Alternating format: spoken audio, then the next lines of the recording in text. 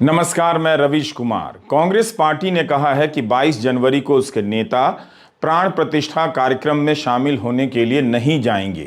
कांग्रेस प्रवक्ता जयराम रमेश ने कहा है कि पिछले महीने कांग्रेस अध्यक्ष मल्लिकार्जुन खड़गे, कांग्रेस संसदीय दल की अध्यक्ष सोनिया गांधी और लोकसभा में कांग्रेस के नेता अधीर रंजन चौधरी को अयोध्या में राम मंदिर के उद्घाटन का निमंत्रण मिला। कांग्रेस ने अपने बयान में आगे लिखा है कि राम की पूजा अर्चना करोड़ों भारतीय करते हैं। धर्म मनुष्य का व्यक्तिगत विषय होता आया है, लेकिन भाजपा और आरएसएस ने वर्षों से अयोध्या में राम मंदिर को एक राजनीतिक परियोजना बना दिया है। स्पष्ट है कि एक अर्धनिर्मित मंदिर का उद्घाटन केवल चुनावी लाभ उठाने के लिए ही किया जा रहा है। 2019 के माननीय सर्वोच्च न्यायालय के निर्णय को स्वीकार करते हुए एवं लोगों की आस्था के सम्मान में श्री मल्लिकार्जुन खड़गे, श्रीमती सोनिया गांधी एवं श्री अधीर रंजन चौधरी भाजपा और आरएसएस के इस योजना के निमंत्रण को ससम्मान अस्वीकार करते हैं। कांग्रेस 22 जनवरी के प्राण प्रतिष्ठा कार्यक्रम में शामिल नहीं होगी। कांग्रेस से पहले सीपीएम ने भी राम मंदिर के उद्घाटन कार्यक्रम में जाने से मना कर दिया। सीपीएम नेता सीताराम येचुरी को भी निमंत्रण मिला था। सीपीएम का आधार अलग था। वाम दल ने कहा कि वे धर्म और राजनीति के मिक्स किए जाने के खिलाफ हैं। अयोध्या में एक धार्मिक आयोजन का राजनीतिकरण किया जा रहा है। कांग्रेस की वजह थोड़ी अलग है। कांग्रेस ने कहा है कि मंदिर का निर्माण पूरा नहीं हुआ है, चुनावी लाभ के लिए अर्धनिर्मित मंदिर का उद्घाटन हो रहा है और बीजेपी ने इसे राजनीतिक परियोजना का रूप दे दिया है। कांग्रेस ने वही लाइन ली है जो शंकराचार्य ने ली है और संतों ने ली है। क्या गोदी मीडिया जब इस फैसले के कारण कांग्रेस को हिंदू विरोधी, राम विरोधी बता रहा होगा, तब याद दिलाएगा कि यही बात शंकराचार्य ने भी कही है? तो क्या उन्हें भी राम विरोधी और हिंदू विरोधी कह दिया जाएगा? पुरी के शंकराचार्य जगतगुरु निश्चलानंद सरस्वती ने कहा है कि वे अयोध्या नहीं जाएंगे। उनके बयान है कि मोदी जी लोकार्पण करेंगे, मूर्ति को स्पर्श करेंगे और फिर मैं वहां क्या ताली बजाऊंगा। लोगों को सोचना चाहिए, अगर प्रधानमंत्री ही सब कुछ कर रहे हैं तो धर्माचार्य क्या करेंगे? प्राण प्रतिष्ठा तो संतों को करना चाहिए। उत्तराखंड के अभिमुक्तेश्वरानंद सरस्वती ने कहा है कि अयोध्या में राम मंदिर के समारोह के लिए परंपराओं का पालन नहीं हो रहा। राजनेता और धर्मगुरुओं के काम बटे हुए हैं, लेकिन अब तो राजनेता को ही धर्मगुरु बनाया जा रहा है। राजनीतिक फायदे के लिए परंपराओं को अनदेखा किया जा रहा है। जब तक मंदिर का निर्माण पूरा नहीं हो जाता है, प्राण प्रतिष्ठा नहीं होती है। हिंदू धर्म की मान्यताओं के हिसाब से प्राण प्रतिष्ठा इस वक्त नहीं हो सकती। तो यह सब आवाजें उठ रही थीं कि मंदिर का निर्माण अभी पूरा नहीं हुआ है, अर्धनिर्मित मंदिर में प्राण प्रतिष्ठा हो रही है, लेकिन इस आवाज को मीडिया में जगह नहीं दी गई। कांग्रेस ने एक और कारण बताया कि बीजेपी और आरएसएस ने राम मंदिर को राजनीतिक परियोजना में बदल दिया है, यानी एक ऐसी योजना जिसके कई लाभ लिए गए हैं, लिए जा सकते हैं। कांग्रेस का यह फैसला आसान राजनीतिक फैसला नहीं है, लेकिन एक ऐसे वक्त में जब राम मंदिर के बहाने मॉल से लेकर दुकानदारों तक को आग्रह के नाम पर यह आदेश दिया जा रहा है, जिसे धमकी नहीं कहा जा रहा है कि आप राम मंदिर की प्रतिकृति खरीद कर अपनी दुकान के आगे रखें, तो निश्चित रूप से मंदिर के बहाने समाज को हाँकने की भी कोशिश हो रही है, ताकि वातावरण राजनीतिक नजर आए और संपूर्ण नजर आए। अपनी इच्छा से करने का विकल्प नहीं छोड़ा जा रहा है। एक स्थिति की कल्पना आप कीजिए, कांग्रेस के नेता जाते तो दर्शन के लिए जा सकते थे, मगर क्या उन्हें प्रधानमंत्री मोदी का भाषण भी सुनना चाहिए था? 28 दिसंबर 2023 की यह खबर देखिए।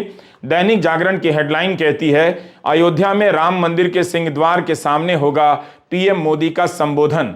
यही हेडलाइन हिंदुस्तान में छपी है कि राम मंदिर के अभिषेक को सिंहद्वार से संबोधित करेंगे पीएम मोदी। खबरों में लिखा है कि रामलला के विग्रह की विधि विधान से प्राण प्रतिष्ठा होने के बाद मोदी राम मंदिर के सिंहद्वार से अतिथियों को संबोधित करेंगे। क्या यह राजनीतिक नहीं है? मुख्य अतिथि कौन है, यही सोच लीजिए, पता कीजिए।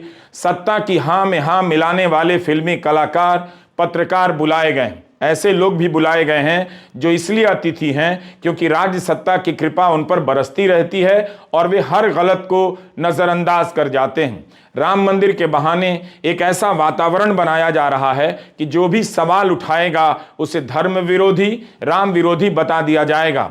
इस काम को करने वाले गोदी मीडिया के एंकर भी आमंत्रित किए जा रहे हैं और अच्छे और सच्चे पत्रकारों को नहीं बुलाया गया। आप सभी राम भक्त हैं, मगर डरपोक कब से हो गए? क्यों नहीं पूछा कि जिनकी पत्रकारिता में जनता के लिए सवाल नहीं है, जिनकी पत्रकारिता में प्रधानमंत्री से कोई सवाल नहीं, जिनकी पत्रकारिता में कई तरह के झूठ हैं, क्या वही राम के सामने खड़े होने के योग्य ठहराए जाएंगे? आपकी भक्ति का इस्तेमाल हो रहा है या नहीं, या आपको क्यों नहीं दिख रहा? यही नहीं, खबरें भी देखिए कि क्या क्या छप रही हैं। अंबानी और अदानी भी मुख्य अतिथियों में होंगे। इन्हें किस कैटेगरी में बुलाया गया है? अदानी को लेकर पिछले एक साल में दुनिया भर में कितनी खबरें छपी, कितने सवाल उठे। 24 जनवरी 2023 को हिंडनबर्ग की रिपोर्ट आई। ठीक एक साल बाद अदानी राम मंदिर के सामने अतिथि होंगे और पूरे देश के सामने स्वीकृत समादृत होते रहेंगे, पूजनीय अतिथि बनकर दिखाए जाएंगे। कांग्रेस को तब क्या करना चाहिए था? क्या यह पूछना चाहिए कि सोनिया गांधी को अदानी के बगल में कुर्सी मिलेगी या अदानी के बहुत पीछे कुर्सी मिलेगी? यह पूजा अर्चना का कार्यक्रम है या बैठने की जगह के हिसाब से किसी की हैसियत बताने का कार्यक्रम? क्या यह सवाल नहीं बनता है? जिस अदानी और मोदी को लेकर कांग्रेस कई तरह के गंभीर आरोप लगाती है, उनके साथ उस आयोजन में कैसे नजर आ सकती है? क्या इसलिए उसे नजर आना चाहिए कि यह आयोजन राम के नाम पर हो रहा है? तो राम के नाम पर ही तो कोई गलत का गलत कह रहा है, कैसे वो गलत के साथ जाकर सही की तरफ बैठ जाएगा? अब आप ही बताइए, क्या कांग्रेस को अदानी के बगल में बैठकर या आसपास बैठकर प्रधानमंत्री मोदी का राजनीतिक भाषण सुनना चाहिए? बहुत आसानी से गोदी मीडिया या बीजेपी का तंत्र उनके भाषण को राष्ट्रीय भाषण कह देगा, लेकिन क्या वो राजनीतिक नहीं होगा? प्रधानमंत्री को ही हर मौके पर क्यों भाषण देना चाहिए? क्या ऐसे मौके पर किसी धर्मगुरु शंकराचार्य का भाषण नहीं हो सकता था? लेकिन अगर प्रधानमंत्री का भाषण हो भी रहा है तो फिर विपक्ष के किसी नेता का क्यों नहीं होना चाहिए था? देश सुनता कि राम के सामने विपक्ष और सत्ता पक्ष के नेता किस तरह के भाषण देते हैं, किस तरह की धार्मिक जिम्मेदारियों का एहसास कराते हैं। सब कुछ एक तरफा क्यों हो रहा है? राष्ट्रपति का भाषण क्यों नहीं हो सकता था? बल्कि देश ने इस सवाल को तवज्जो ही नहीं दिया कि राष्ट्रपति द्रौपदी मुर्मू का कहीं नाम ही नहीं। अगर राम मंदिर का उद्घाटन एक राष्ट्रीय प्रोजेक्ट है तब तो इसमें सबसे पहले राष्ट्रपति को बुलाया जाना चाहिए। संसद भवन का उद्घाटन हो रहा था, वहां भी राष्ट्रपति नहीं बुलाई गई। सारा कार्यक्रम मोदी के लिए, मोदी के द्वारा और मोदी का था। इस बार भी अयोध्या में जो कार्ड छपा है, पहले नंबर पर प्रधानमंत्री मोदी हैं, उनके बाद मोहन भागवत हैं, फिर यूपी के राज्यपाल और मुख्यमंत्री हैं। इससे तो साफ है कि यह कार्यक्रम संघ का है, राष्ट्रपति नहीं बुलाई गई। संघ से मोहन भागवत को किस हैसियत से उन्हें इस सूची में रखा गया? क्या वे राष्ट्र प्रमुख हैं? यह सवाल उठा था मगर दबी जुबान में, और इसे दबा दिया गया।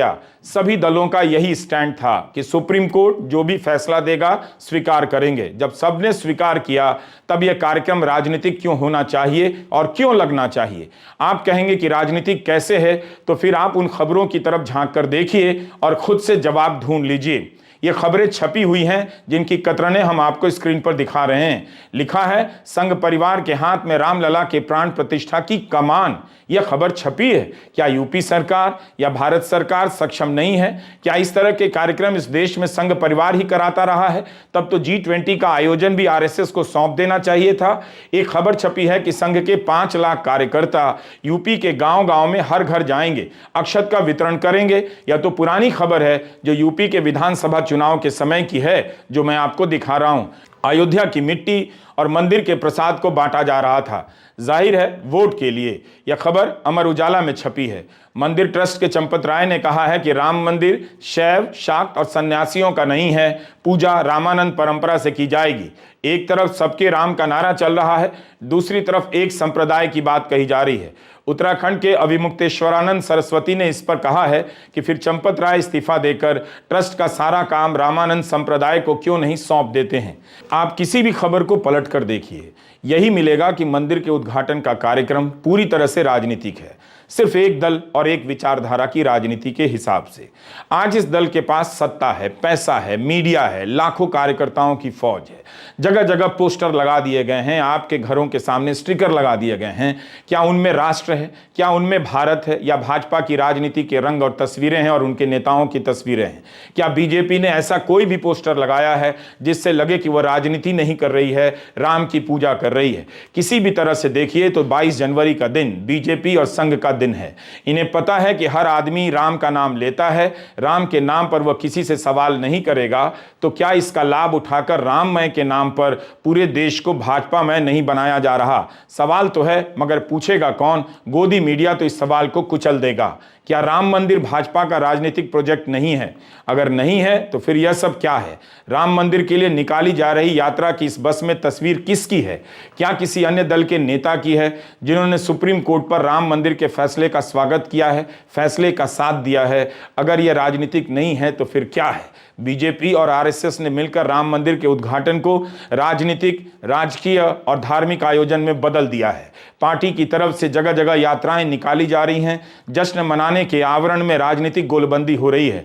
अगर यह सब नहीं है राजनीति, तो वहां निर्माण से संबंधित किसी भी कार्य में आरएसएस, विश्व हिंदू परिषद और बीजेपी के अलावा किसी और दल से जुड़े या किसी भी तटस्थ व्यक्ति की भूमिका आपने देखी है? ऐसी कोई खबर पड़ी है जिससे लगे कि यह कार्यक्रम भाजपा का राजनीतिक प्रोजेक्ट नहीं है? क्या मंदिर ट्रस्ट की तरफ से ही बुलाने को लेकर राजनीति नहीं हो रही?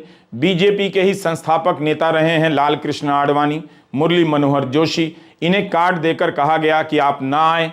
क्या यह राजनीति नहीं है? शिवसेना के अध्यक्ष उद्धव ठाकरे को नहीं बुलाना राजनीति नहीं? गठबंधन के ही सभी नेताओं को निमंत्रण नहीं मिला, फिल्म स्टार को मिला है। 2 फिल्म स्टार कम किए जा सकते थे, उद्धव ठाकरे को बुलाया जा सकता था। कांग्रेस सांसद शशि थरूर ने कहा कि कांग्रेस पार्टी को नहीं बुलाया गया, केवल 3 नेताओं को बुलाया गया। उस निमंत्रण पत्र को आप किसी दूसरे को नहीं सौंप सकते, उनके ही नाम लिखे हैं, वही जा सकते हैं। चंपत राय को बताना चाहिए कि बीजेपी और संघ से कितने नेता आ रहे हैं, विपक्ष से कितने लोग बुलाए गए हैं, इनमें कोई संतुलन और अनुपात का ध्यान रखा गया है या नहीं। फिल्म कलाकारों में उन्हीं को क्यों बुलाया गया है जो हाँ में हाँ करते हैं, मगर हाँ में हाँ नहीं मिलाने वाले कई कलाकारों को क्यों छोड़ दिया गया? राम के नाम पर राष्ट्र का निर्माण हो रहा है या केवल हाँ में हाँ मिलाने वालों का राष्ट्र बनाया जा रहा है? किसी को बुलाकर कहना मत आइए, किसी को मत बुलाइए, क्या यह सब राजनीति नहीं? और यह राजनीति कौन कर रहा है? इंडियन एक्सप्रेस में उमा भारती का एक इंटरव्यू पढ़िए। राम भक्ति पर हमारी कॉपीराइट नहीं, भगवान राम और हनुमान जी बीजेपी के नेता नहीं हैं। मैं तो विपक्ष से कहूंगी कि वो अपने भय से बाहर आए, आयोजन में शामिल हो, लेकिन मैं बीजेपी से भी कहती हूं अपने अहंकार से बाहर आए।